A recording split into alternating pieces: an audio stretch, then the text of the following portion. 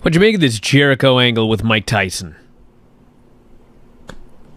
I mean, it was, I don't think that it as an executed angle, it was like a classic angle or anything like that. I mean, it was, if I would look at it like I would look at an angle, it was kind of like,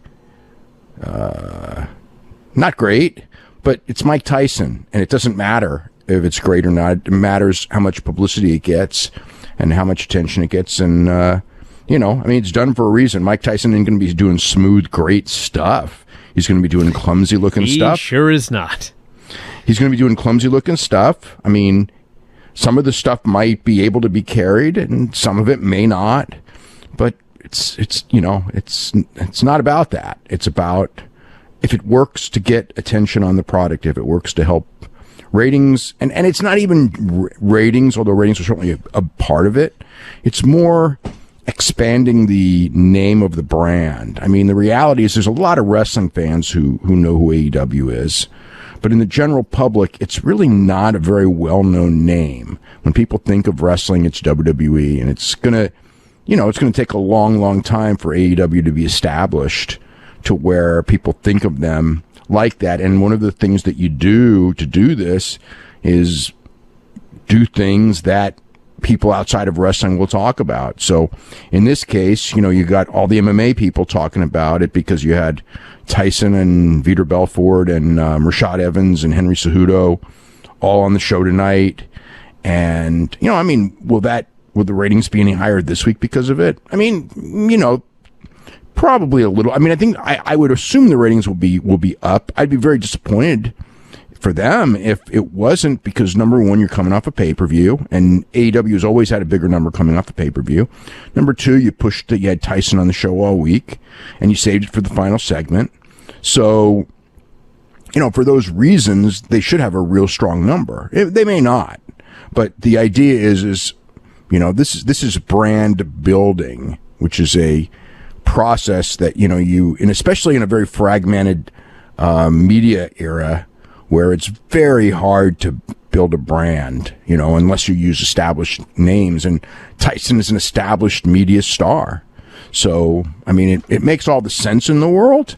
It may not be the prettiest wrestling, and if Tyson does something, however they do the thing with Tyson and Jericho, which I would presume should be on the next pay-per-view, which isn't until September.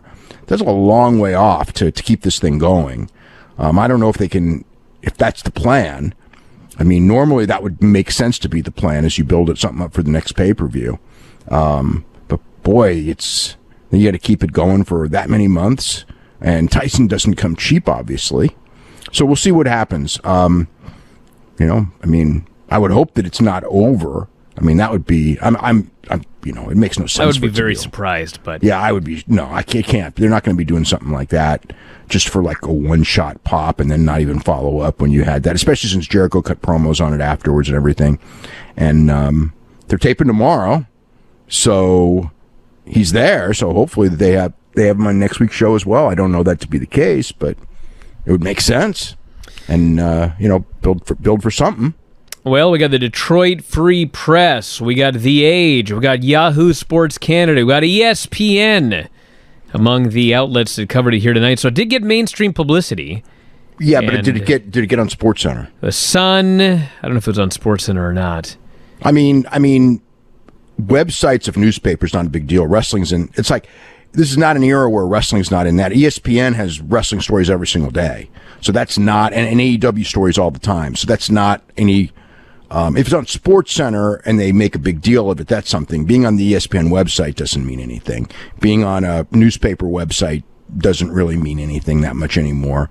It's if you're on Entertainment Tonight, or if you're on like a news show or a sports show, but SportsCenter's the key really, because that's the one or an entertainment show or something like that and they put your name out there. I mean, that's the kind of publicity that you're looking for. Perhaps USA Today, but they cover wrestling all the time too, so that's not really a unique thing either.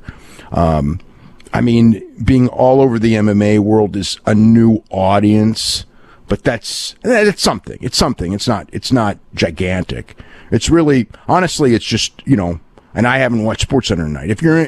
If they got it in SportsCenter, then that builds the brand because SportsCenter's talking about it, and that's the, or another show on television that has, entertainment news show that has that kind of a reach. Those would be what you're really looking for. I mean, of course ESPN's going to cover it, but ESPN's going to cover ESPN is going to cover anything that they do for the most part. So that's not that big of a deal. It's like Sports Illustrated or whatever. In the old days, that would be great if it was Sports Illustrated magazine. Today, that magazine doesn't even mean anything, and the website covers wrestling every week anyway.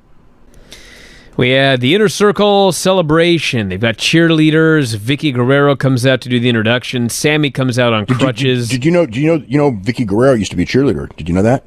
I know that now. Yeah, she was a cheerleader for the El Paso. I believe it was the baseball team in El Paso.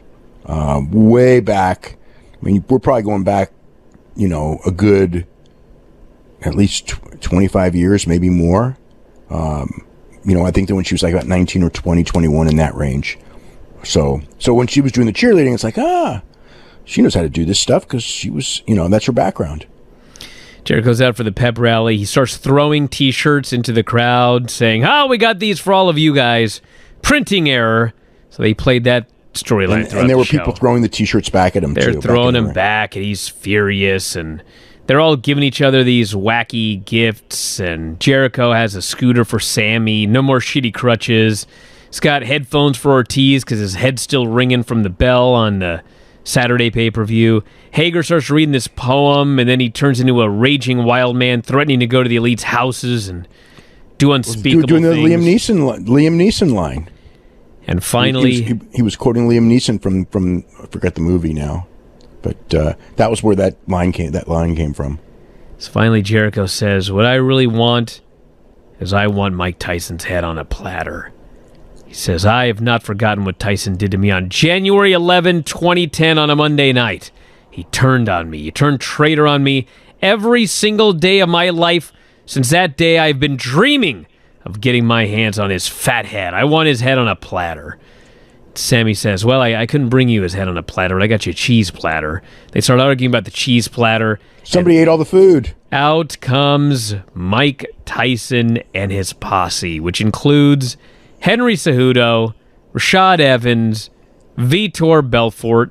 Nobody. There's 3 announcers. Not one person mentioned Rashad Evans just standing there. Dude, I had to go back because I recognized Vitor and Henry Cejudo. I recognized Rashad immediately. I didn't.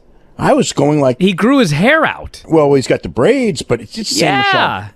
Yeah, no, I recognized him when I looked for it, but I was at first I was just like, it's a bunch of Tyson's buddies, and then, there's Henry Cejudo and Vitor. Yeah, no, I saw Rashad, and it's just like, somebody say something, and there's 3 announcers, and none of them. I mean, okay, I can get none of them recognizing him in theory, okay, because he looked different. But here's the thing: shouldn't they know ahead of time who it is? Well, we're dealing with Mike Tyson here, so maybe just... No, they're hired. They're hired because he's hired because he's Rashad Evans to be in this thing. So the announcers, somebody should have told the announcers, and clearly with 3 announcers not knowing, that means that none of the 3 were told. Because I could accept that one of the 3 could forget. I could not accept that 2 of the 3 would forget. But all 3 of the 3, there's no way. So nobody told them. So this is not on the announcers.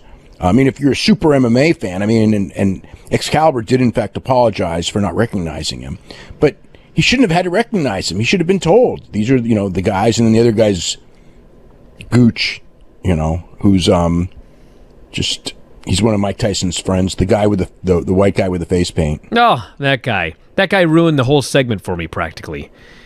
So they go out there and Jericho tells Tyson, I've been dreaming of this moment for 10 years. You turned on me. You told me I could trust you, and then you turned on me and knocked me out. And Tyson's being all wacky. He's just jumping around. He says, you're a sucker. You deserve that. You stole the championship. And Jericho says... When was this? I don't know what Tyson's talking about. He says, I'm going to give, Jericho says, you're going to give Tyson one chance. I'm going to demand an apology. Tell your thugs to shut up. You got one chance to apologize or I'll knock you the hell out. And Tyson, dude, this guy, he tries to tear his shirt off, but he can't. And time stands still. Oh, that was unbelievable. And he's tearing, and it looks like Jericho's just trying so hard not to laugh at this poor guy.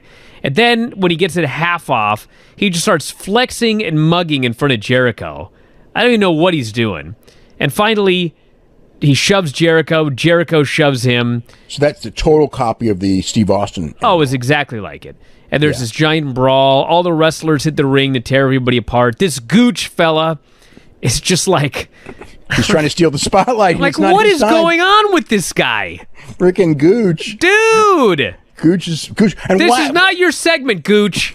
Just get out of the way. Why is the guy wearing freaking face paint? I don't know. I couldn't take my eyes off this guy, and he's the last guy I should have been watching in this segment. I mean, the whole thing is that it's like Mike Tyson is the one that you notice, that you're supposed to notice, and then you're sort of supposed to kind of notice Henry Cejudo and the other two guys. You're supposed to notice that they're there with Tyson, but that's it.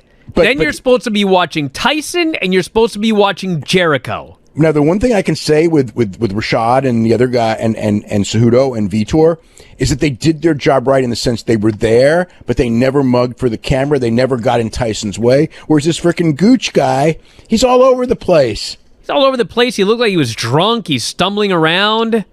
It's like, man, get Hager on that guy. So they have this big brawl, and the show ends with Jericho vowing to get Tyson. And listen, it wasn't boring. I can tell you that much right now. It was definitely not boring. And I am intrigued to see where this goes. But I hope that Tyson shows up without Gooch next time. We may not be so lucky. I think Gooch might be part of the angle. Oh. Well, maybe they can make something of it. Because if Hager gets a hold of this guy and gives him a pummeling, then maybe we're talking. Yeah, but he won't know how to sell. Hager will make him sell, Dave. I don't think we have to worry about that. I don't know about this. He's going to sell. He's going to sell for Hager, Dave, one way or the other. I don't know about this. He may Ask Ambrose. Ask Moxley. He'll tell you. You think he was kidding when he said that guy hit him harder than he's ever been hit in his life? I believe every word that he said. I remember some guys used to tell me about how Hager doesn't know his own strength, and when he would put guys in holds, that the holds would hurt. Yeah, I do remember those stories. All right, well, the Gooch is going to sell, okay? If Hager gets a hold of him.